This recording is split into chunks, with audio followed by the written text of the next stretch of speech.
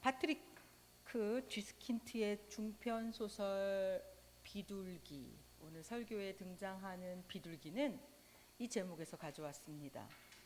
1987년에 발표된 독일 소설인데요. 제가 이분의 작품을 소개한 적이 있습니다. 파트리크 쥐스킨트, 기피의 강요. 기억나십니까? 기피의 강요라는 그 작품에서 젊은 예술가에게 어느 한 평론가가 이렇게 말하죠. 당신 작품은 다 좋은데 깊이가 없어요. 그 말로 인하여서 그 예술가는 깊이 어디서 만날 수 있지? 내가 깊이를 어떻게 찾을 수 있지? 작품을 그려놓고 깊이가 없는 것 같아. 깊이가 없어. 내 작품엔 깊이가 없어 하며 자살하죠. 그런데 그 자살 소식을 들은 이후에 그 동일한 평론가가 그 사람의 작품을 보더니 이 사람 깊이가 있네. 우리가 다른 사람들의 말이 어떤 의미고 또 그것이 얼마나 부질없는 일일 수 있는지를 나타냈던 기피의 강요라는 소설이 있었는데요. 그 파트리크 쥐스킨트의 중편 소설인 이 비둘기, 오늘은 이 작품을 가져왔습니다. 그래서 오늘 설교에 나오는 비둘기와 교회는 여기서 이 소설의 제목인 비둘기고, 이 비둘기라는 소설에서의 비둘기의 존재에 대한 의미가 이 비둘기라는 뜻에 담겠습니다. 이 작품을 한 두 줄 정도로 요약하면 이렇습니다. 주인공인 53세의 조나단 노엘이 어느 날 복도에서 마주친 비둘기 한 마리 때문에 단조롭고 평화로운 일상이 깨진다. 그 하루에 일어난 이야기, 이것이 이 비둘기라는 소설의 이야기입니다. 하루에 벌어졌습니다. 어느 날 벌어졌습니다. 갑자기 순간적으로 내적인 균형이 무너졌을 때 우리라는 존재가 얼마나 불안에 떨고 얼마나 놀라고 당황하고 어떤 선택을 하는지를 이 소설은 너무나 잘 보여주고 있었습니다. 그래서 저는 오늘 세 장면으로 나눠서 소설 한 장면, 전도서 한 장면, 소설 두 번째 장면, 전도서 두 번째 장면, 소설 세 번째 장면, 전도서 세 번째 장면, 이러한 방식으로 설교를 이어가려고 합니다. 먼저 소설 이야기로 시작합니다. 첫 번째 장면은, 이 소설은 이렇게 시작합니다. 보겠습니다. 어느 날 갑자기 인생을 송두리째 뒤흔들어 놓았던 비둘기 사건이 터졌을 때 조나단 노엘은 이미 나이 50을 넘겼고 아무런 일도 일어나지 않았던 지난 20여 년의 세월을 뒤돌아보며 이제는 죽음이 아니고는 그 어떤 심각한 일도 결코 일어날 수 없으리라는 것을 믿어 의심하지 않았었다. 이게 첫 문장이에요. 이 소설이 이렇게 시작이 됩니다. 프랑스 파리 플랑슈가에 있는 집 7층 24번에 공용으로 쓰는 집의 24번 방에 이 사람이 지금 머물고 있습니다. 이 남자의 꿈은 이겁니다. 아무 일도 일어나지 않고 살아가는 거. 내 인생에 더 이상 아무 일도 일어나지 않았으면 좋겠다. 이것이 이 남자의 꿈입니다. 그리고 실제로 20년 동안 아무 일도 있지 않았습니다. 그냥 일어나서 자기가 하는 은행 경비일 하고 집에 돌아와서 먹고 자고 다시 일어나서 경비일 하고 먹고 자고, 이렇게 20년 동안 살았어요. 자신의 꿈을 이루고 살아가는 사람입니다. 근데 처음부터 이 사람이 이런 마인드로 살아간 게 아닙니다. 자신의 부모가 강제수용소에 잡혀가는 것을 봤습니다. 자신의 하나뿐인 여동생이 캐나다로 이민 보내지는 것을 봤습니다. 그리고 안정을 찾기 위해 결혼을 했지만 배우자가 한 달도 안 돼서 떠나가는 것을 봤습니다. 그리고서 그가 내린 결론은 나는 이런 인생 살 거야 라고 결단을 하는데요. 그 장면을 봅니다. 두 번째 문장인데요. 그런 모든 불상사를 겪고 나자 조나단 노엘은 사람들을 절대 믿을 수 없다는 것과 그들을 멀리해야만 평화롭게 살 수 있다는 결론에 이르게 되었다. 이 사람도 사연이 있습니다. 이런 이유 때문에 나는 이제 사람들을 믿지 않아. 나는 이제 사람들과 관계를 맺지 않아. 나는 그냥 피상적으로 내가 일적으로 사람을 만나 내가 어떠한 사람으로부터의 모든 희망을 끊겠어라고 이러한 어렸을 때의 모든 일들을 겪으면서 마음의 문을 닫았던 사람 20년을 난 이렇게 살 거야. 이것이 나한테 좋은 인생이야 라고 하면서 살았던 사람입니다. 그래서 결단하고 파리로 와서 그 집 작은 집 한 얻어서 모든 사람들이 공동으로 쓰는 그 주택 그 아파트 지금으로 말하면 아파트가 될 건데요. 7층에 24번 방에서 살고 있습니다. 이 조나단이. 자, 성경 속의 첫 번째 장면으로 가겠습니다. 전도서 4장 4절에서 6절까지의 말씀은 조나단처럼 자신의 인생에 스스로 결론을 내린 사람들이 나타납니다. 4절 내가 또 본즉 사람이 모든 수고와 모든 재주로 말미암아 이웃에게 시기를 받으니 이것도 헛되어 바람을 잡는 것이로다. 전도자가요, 많은 사람들이 쉬지 않고 일하나 결론은 그들이 그것을 통해서 받는 것이 남들의 시기라는 거예요. 이웃의 시기라는 거예요. 여기서 중요한 단어는 이 시기라는 단어인데요. 사람들이 성공을 하고자 원하는 이유가 뭐냐는 거예요. 왜 그렇게 열심히 일하느냐? 그 마음, 이 우리들의 인간의 마음 근본에는 다른 사람보다 우위에 있고 싶어서, 다른 사람들의 부러움을 사고 싶어서, 다른 사람들이 이야 부러워하는 존재가 되고 싶어서 수고하고, 그렇게 해서 내가 그래서 반드시 난 성공을 해야 돼 라고 생각하는 그 동기로부터 발현된 열심으로 살아가는 사람들이 있다는 겁니다.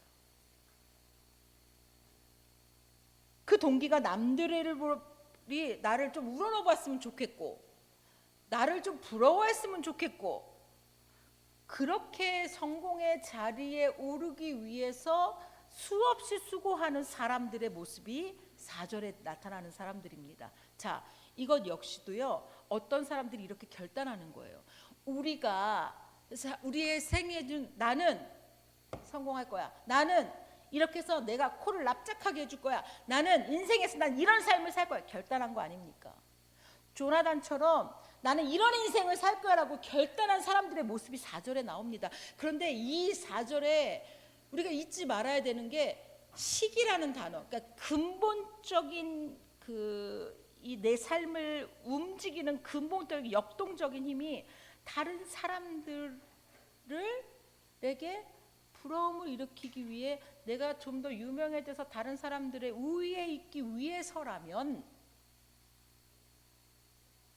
이웃에게 시기를 받는다는, 여기서 이웃은 뭐냐면 진짜 그 사람이 성공했을 때 축하해 줘야 하는 그 사람으로부터 시기를 받는다는 거예요. 자, 이웃으로부터 시기를 받는다면 내가 성공하는 이유가 어디 있느냐라고 지금 전도자가 묻고 있는 겁니다. 당신이 그렇게 애쓰며 노력하며 사는데 당신의 그 성공을 축하해 줄 사람, 정작 축하해 줘야 하는 그 이웃으로부터 시기를 받으면 당신은 무엇 때문에 성공하려고 이렇게 수고하면서 애쓰면서 살고 있습니까? 당신의 사회적 성공이 당신을 시기로 있고 시기받는 자로 이끌어낸다면 열심히 사는 것 자체가 허무한 거 아닙니까? 라고 4절은 물어요.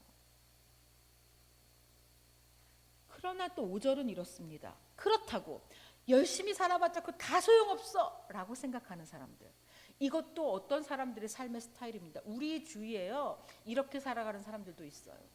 열심히 살아봤자 뭐해, 그냥 될 만큼 될 대로 살다 가는 거야. 이러한 것도 누군가는 선택한 삶의 방식입니다. 그것 역시도 게으름을 표방하며 사는 것 역시 잘못된 삶이라고 5절은 얘기합니다. 5절입니다. 우매자는 팔짱을 끼고 있으면서 자기의 몸만 축내는도다. 이 팔짱을 끼고, 이렇게 팔짱을 낀다라는 말이 무슨 뜻이냐면 일하기 싫다는 뜻이에요. 일하지 않는다는 거예요. 일하기 싫어서 손을 멈추고 빈둥거리는 거예요. 그러니까 자신의 인생에 어디서든지, 회사에서나 어디서든지 그냥 빈둥거리는, 뭐 하자 그러면 그거 하면 뭐예요? 그냥 이 정도만 하죠. 뭐 이렇게 잘하려고 해요? 계속적으로 이렇게. 그런데 이렇게 사는 삶의 스타일, 이러한 삶의 방식이자 자신이 선택한 그 방식, 우매자의 방식이며 제사를 깎아먹는 방식이다라고 전도자가 이야기합니다. 자, 4절과 5절은요. 자신의 삶에 대한 동기와 수고에 대한 내가 내 뜻 속에서 내린 결론이에요. 내 삶의 방식이에요. 나는 어떻게든지 성공해서 보란 듯이 살 거야. 이것도 그 사람의 선택한 방식이고, 아니 그냥 인생 뭐 그렇게 살아. 그냥 될 대로 되면 되지. 이것 역시도 어떤 사람이 자신의 뜻에 맞춰서 자신이 선택한 삶의 방식이라는 거죠. 우리는요 4절처럼 살던지 5절처럼 살고 있을 겁니다. 아니면 4절의 약간 순한 버전, 5절의 약간 순한 버전이겠죠. 그 전도자는요 우리에게 더 근원적으로 묻는 거예요. 왜 4절과 같은 삶을 선택했느냐? 왜 5절과 같은 삶을 선택했느냐? 즉 누가 너한테 그런 삶을 살려고 했느냐? 지금 당신이 추구하는 그 삶, 누가 그렇게 살려고 했느냐?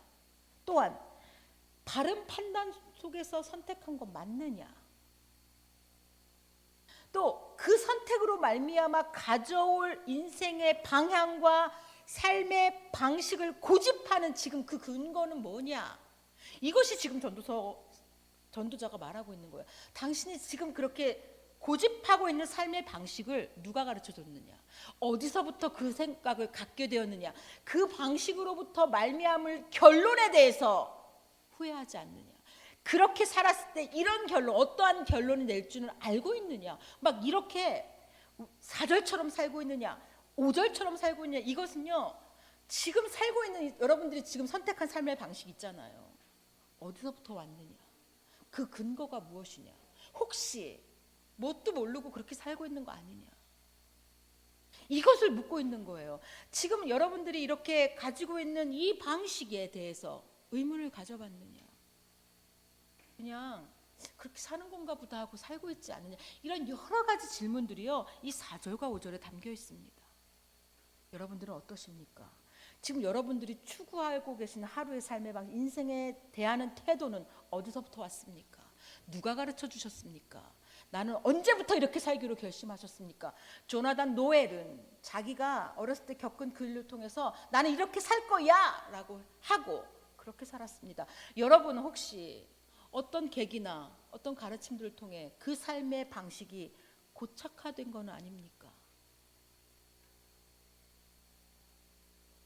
오늘 우리는 이 질문에 답해야 됩니다.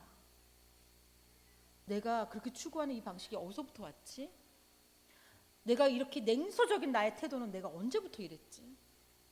나의 이렇게 열심, 내가 어떻게든지 성공하겠다는 이 의지는 어디서부터 왔지?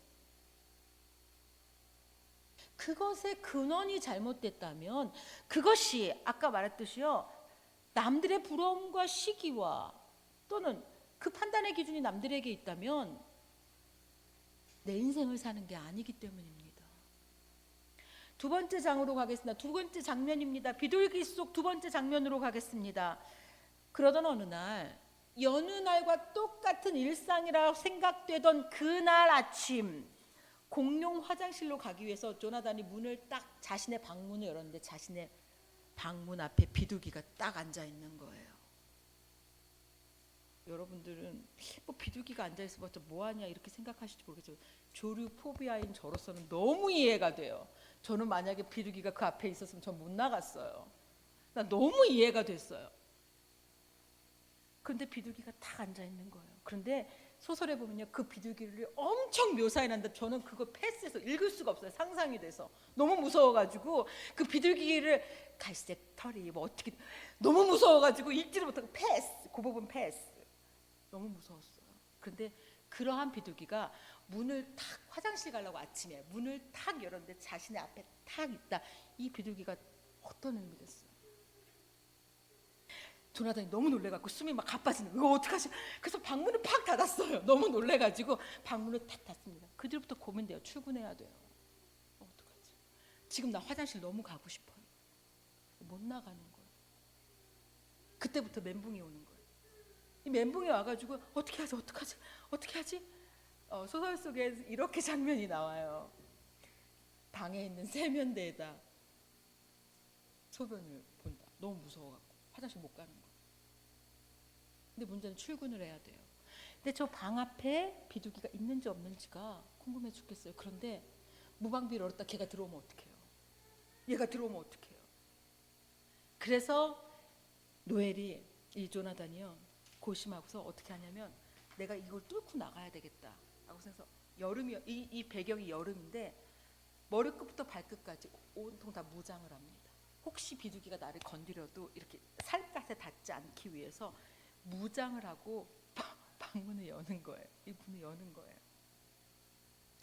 그리고 이렇게 무장을 하면서 자기 생각하는 거예요. 내 앞에 방문에 만약에 비둘기가 있다면 나는 오늘 밤 아니 어쩌면 영원히 난 이 집으로 돌아오지 않을 수도 있어.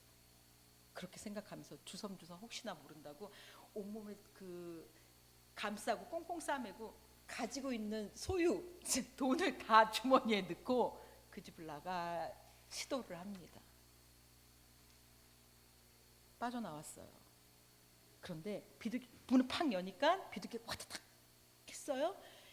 정신없이 막 빠져나가는데 그 비둘기가 다시 철퍼덕하면서 자신의 방 문 앞에 앉아 이렇게 딱 사뿐히 앉는 모습을 보면서 나는 절대 돌아오지 않을 거야. 나는 절대 다시 이 집으로 돌아오지 않을 거야 하면서 나가면서 기겁을 하는 거예요. 기겁을 하면서 나가면서요. 거기에 있는 그 한 여사한테 저기 비둘기가 있어요. 그 비둘기가 있는데요. 막 마당에 막 똥을 다 싸놨고요. 털이 막 다 날려 있어요. 막 이러면서 정신없이 그 집 저기 아파트를 빠져나가는 겁니다. 그런데 경비를 했잖아요. 20년째 가만히 서 있는 그 일을 하는데 7월에 온 뻘뻘 땀을 흘리면서 옷이 지금 계절에 맞지 않잖아요. 정신이 혼미합니다. 사장님이 들어오실 때 인사하는 게 경비의 가장 큰 임무였는데 사장님 놓치는 거예요. 하루 동안에요. 그 사건을 위해서 이제 머피의 법칙이라고 하죠. 온갖 일들에 휘말립니다. 그렇게 저녁이 됩니다. 어디로 가지? 집으로 갈까? 아니 난 집으로 갈 수가 없어 하면서 한 호텔로 가죠. 호텔로 가면서 이렇게 얘기합니다. 내일 나 자살해야지. 이렇게 하는 거예요. 나는 어떻게 살아야 될지를 모르겠다. 근데 그날 밤에요. 세차게 비가 막 악천후 속에 비가 막 오는 거예요. 근데 그 순간 죽음의 공포를 느낀 조나단이요. 이렇게 얘기합니다. 지금 이 소리는요. 지금 그동안 자신의 마음속에 애써 외면하고 있던 마음의 소리였어요. PPT를 봅니다. 자기가 막 죽음의 공포를 막 느끼면서 혼자서 그 호텔방에 이렇게 있으면서요. 그때 그 조나단의 입에서 터져나온 말이 이건 거예요. 도대체 사람들이 왜 안 오는 걸까? 왜 나를 구출해내지 않지? 왜 이렇게 쥐죽은 듯 조용한 거야? 다른 사람들은 다 어디로 갔지? 다른 사람들이 없으면 나 혼자서는 절대로 살 수가 없단 말이야. 이거 지금 제가 읽다가 소스라치게 놀랐어요. 왜냐하면 이거는 조나단이 지금까지 취해왔던 노선과 전혀 다른 노선이에요. 필요 없어. 사람들 필요 없어. 어차피 인생 나 혼자야. 내가 어떻게든지 살아가면 되지라고 살았던 사람인데요. 죽음의 공포가 그날 밤 막 악천후로 폭풍이 치면서 막 몰아치자 그날 밤에 하루 종일 비둘기 때문에 정신이 하나도 없었고 내가 정신이 하나도 없는 상태에서 혼자서 숨을 헐컥거리면서 호텔방에서 가만히 누워서 내가 죽어야 되겠다라고 내가 분명히 생각했지만 진짜 죽음의 공포가 다가오자 제일 먼저 생각나는 게 뭐냐면 왜 내 옆에 사람들이 없는 거야? 왜 나를 구해주러 아무도 오지 않는 거야? 왜 날 지금 여기다 이렇게 혼자 두면 나 죽는데 왜 사람들이 없는 거야? 라는 말을 혼자서 하고 있는 거예요. 조나단이 살아온 삶 자체가 흔들려 버립니다. 조나단은 지금까지 계속 세뇌시키면서 살았어요. 그래 이렇게 살면 돼.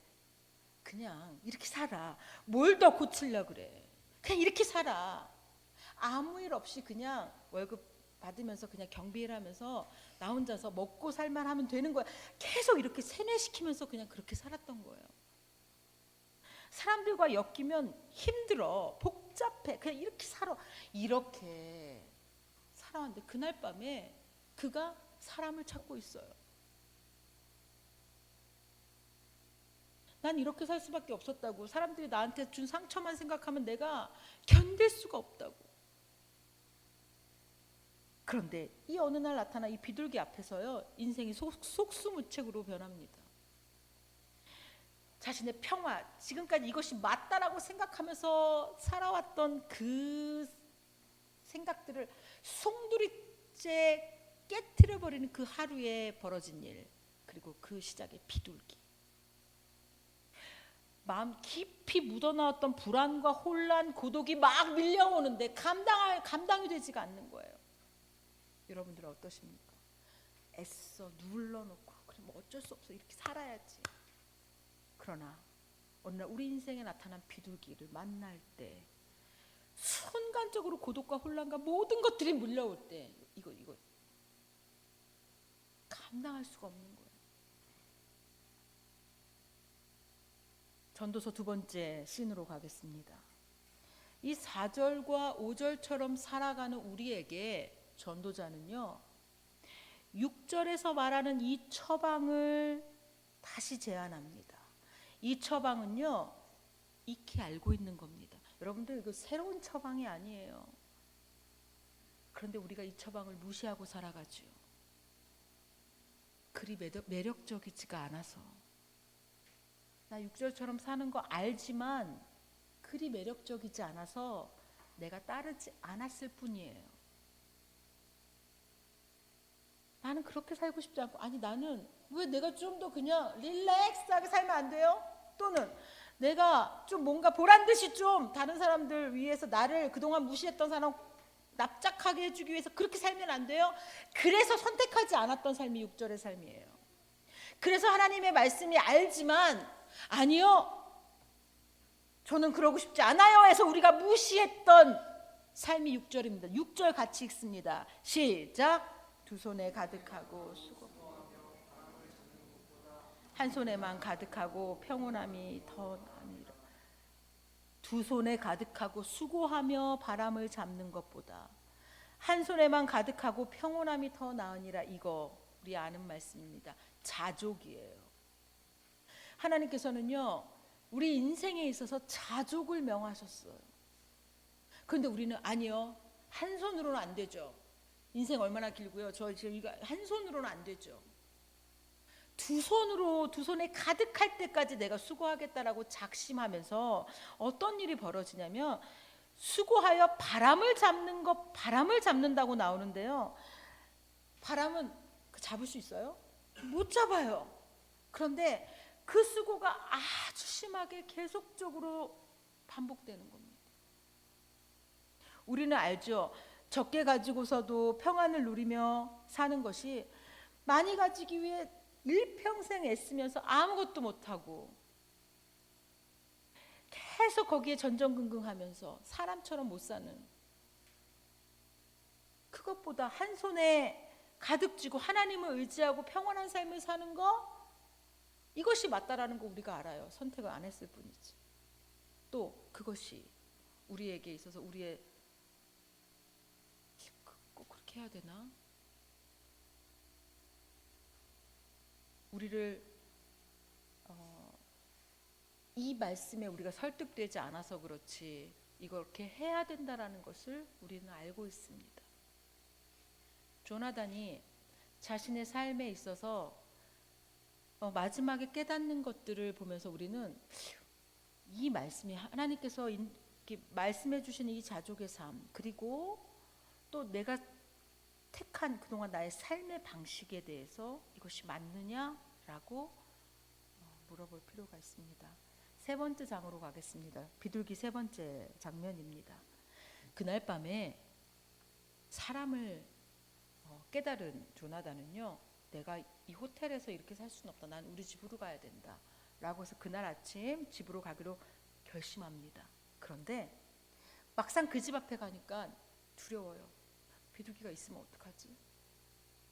내가 지금 올라가는데 비둘기가 방 앞에 있으면 어떡하지?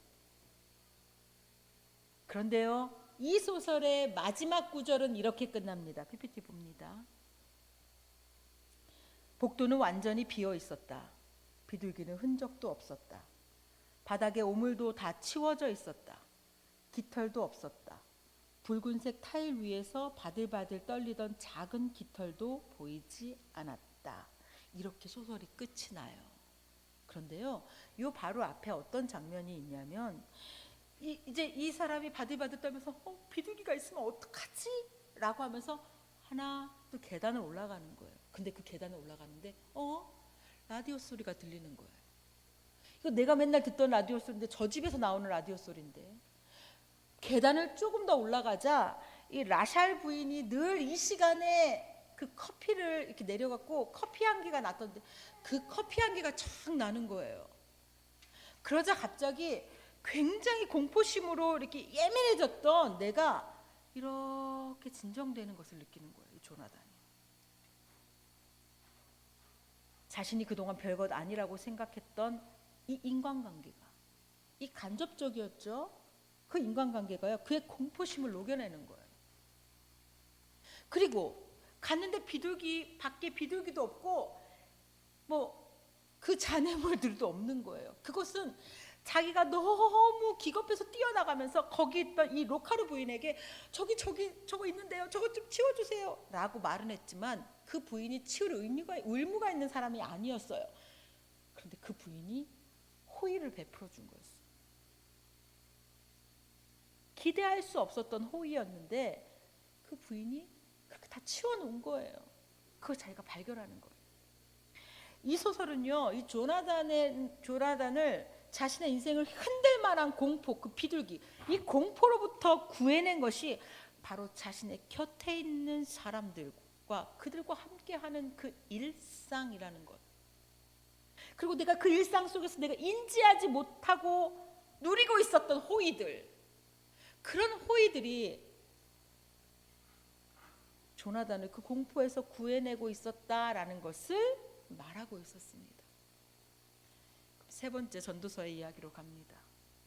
전도서 4장은요, 이런 고민에 대해서 우리가 4절, 5절, 4절 이렇게 살고 있고 5절 이렇게 살고 있고 6절 그렇게 살라고 하지만 그리 이렇게 막 썩 저는 조금 더라고 생각되는 우리에게 이 인생에 대해서 결론을 어떻게 내고 있는지가 참 신기했습니다.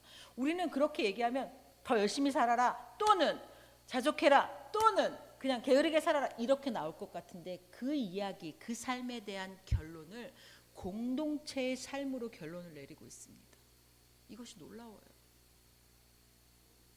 내가 수고하는 동기가 시기와 질투를 유발하기 위해서, 또 막 부러움을 사기 위해서, 다른 이들보다 막 돋보이기 위해서 하는 그 동기로 수고하면 필시 당신이 성공하고 좋은 일을 겪어도 이웃에게 시기밖에 당하지 못한다, 시기밖에 못 보니까 그 동기를 들여다봐라 라고 초청했습니다.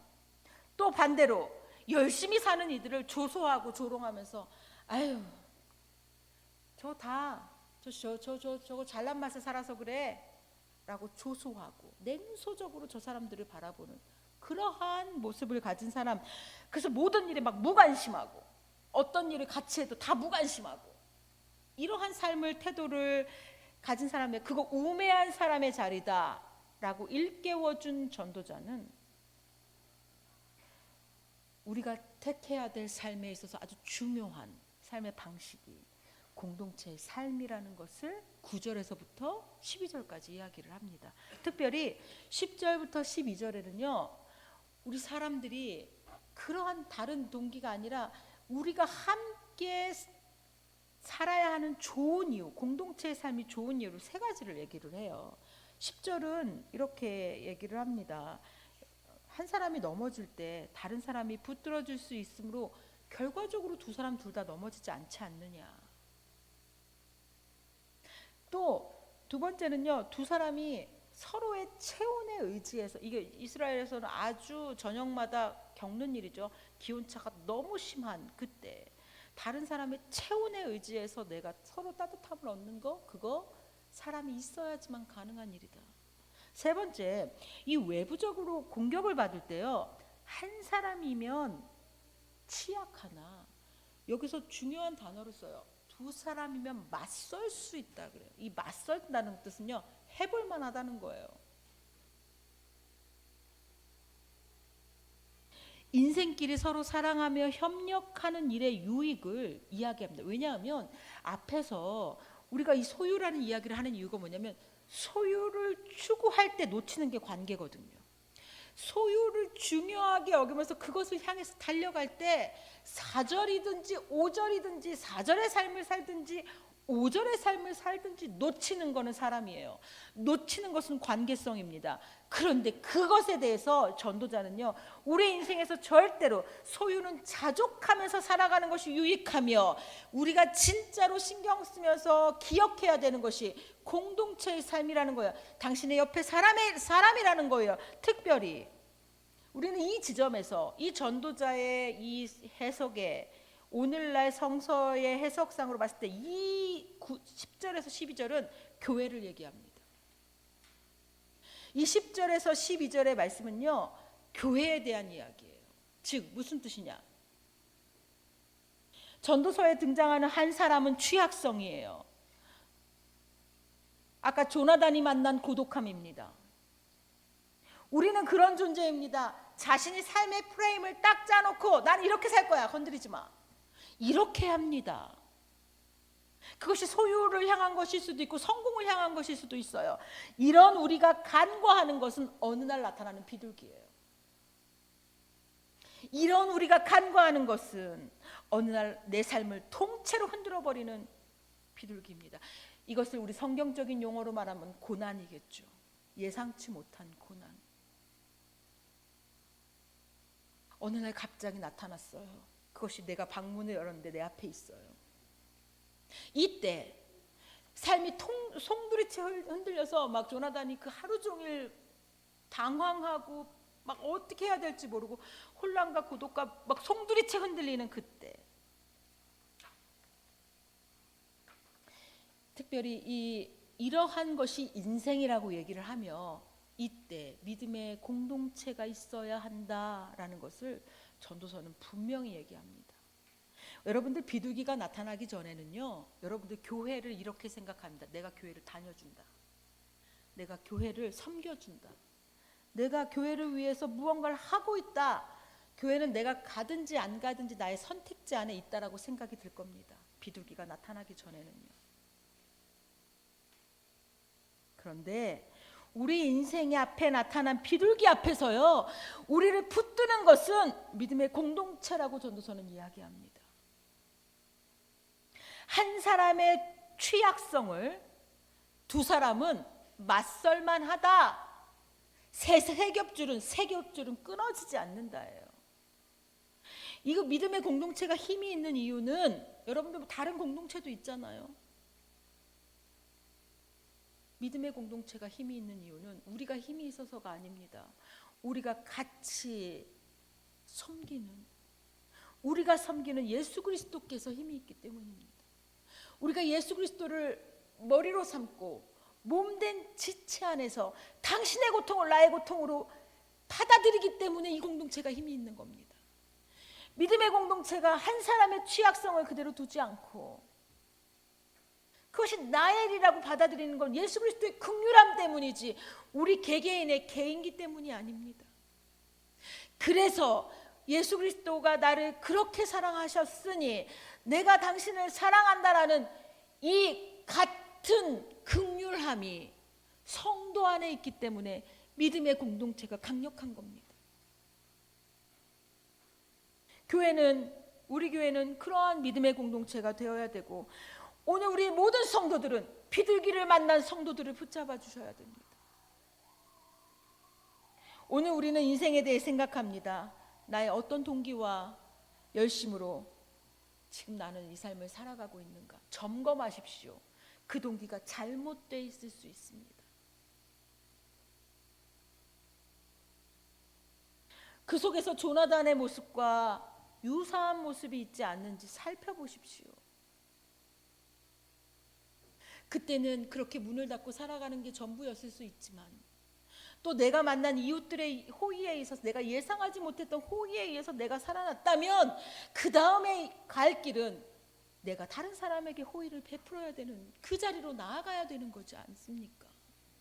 나는 이렇게 살니까 나는 건들지 마십시오. 나는 이렇게 살아가겠습니다가 아니라 내 삶에서 내가 받은 호의를 내가 교회 공동체 안에서 받은 호의에 감사하고 내가 다른 이들에게 그런 호의를 베풀 수 있는 사람으로 나아가고 특별히 우리 교회가 믿음의 공동체가 돼서 비둘기를 만난 사람들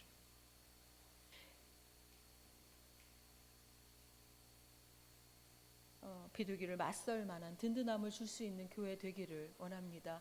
우리가 이렇게 할 수 있는 건 기도로 묶이고 사랑으로 묶일 때입니다. 그럴 때 그 힘이 믿음의 공동체 안에 있습니다. 오늘 내 삶에 비둘기가 나타난다면 여러분들 어느 날 갑자기 비둘기가 내 삶 속에 나타난다면 뒤도 돌아보지 말고 즉각적으로 믿음의 공동체인 교회로 달려나오십시오. 믿음의 사람들과 함께 즉각적으로 세겹주를 형성하십시오. 성도들의 삶의 연지교회는 그런 교회가 돼서 우리 모두가 우리 인생에서 만나는 비둘기를 또 이렇게 보내버리고 또 우리의 인생을 살아가는 그 인생을 함께 걸어가는 우리 믿음의 공동체 연지교회 되시기를 축복합니다. 기도하겠습니다. 하나님, 우리 삶에 여지없이 만나는 비둘기 앞에 우왕좌왕합니다. 내가 생각한 대로 삶이 흘러가지 않을 때 이 전도서의 말씀을 기억하게 하여 주옵소서. 믿음의 공동체로 달려나와 세겹줄로 에워싸 주시는 하나님의 은혜를 경험하고 그렇게 이 인생 걸어내게 하여 주옵소서. 이 시간도 자신 앞에 예상치 못하게 나타난 비둘기, 그 고난의 존재로 인하여 어려움을 겪는 우리의 지체들을 특별히 붙들어 주시고 한 사람이면 패할 수 있지만 두 사람이면 맞설 수 있는 그 든든함을 이 교회 안에서 경험하게 하여 주옵소서. 그렇게 주의 전에서 살아나는 역사가 일어나는 아름다운 믿음의 공동체 연지교회 되게 하여 주시기를 예수님의 이름으로 기도드립니다. 아멘.